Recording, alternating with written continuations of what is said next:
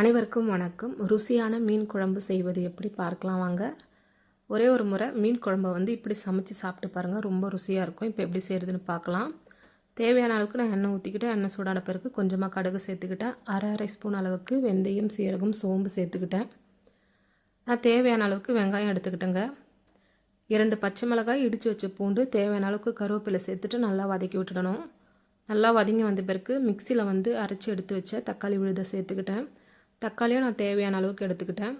இப்போ தக்காளியெல்லாம் நல்லா வதங்கி வந்த பிறகு வீட்டு மிளகாய்த்தூள் 2 ஸ்பூன், அரை ஸ்பூன் மிளகுத்தூள், 1 ஸ்பூன் காஷ்மீர் மிளகாய்த்தூள், கொஞ்சமாக மஞ்சத்தூள் சேர்த்துட்டு நல்லா வதக்கி விட்டுடணும். இந்த பச்சை வடை நல்லா போயிடணும். தேவையான அளவுக்கு கல் உப்பை சேர்த்துக்கிட்டேன். தேவையான அளவுக்கு புளி தண்ணியும் சேர்த்துக்கிட்டேன். கொஞ்சமாக தண்ணியை ஊற்றி நல்லா கொதிக்க வைக்கணும். நல்லா கொதித்து வந்த பிறகு தேங்காய் பால் தேவையான அளவுக்கு நான் எடுத்துக்கிட்டேன். தண்ணி ஊற்றாமல் அரைச்சி எடுத்துக்கணும் தேங்காய் பாலை ஊற்றிட்டு ஒரு 5 நிமிஷம் நல்லா கொதித்து வரணும் குழம்பு. இப்போ லாஸ்ட்டாக கொத்தமல்லியை தூவிட்டு மீனை சேர்த்துக்கிறேன். நான் சங்கரா மீன் வாங்கி எடுத்துக்கிட்டேன். மீனை சேர்த்துட்டு ஒரு 5 நிமிஷம் மூடி போட்டு ஓப்பன் பண்ணி எடுத்தால் சூப்பரான சுவையான மீன் குழம்பு ரெடி ஆகிடுங்க.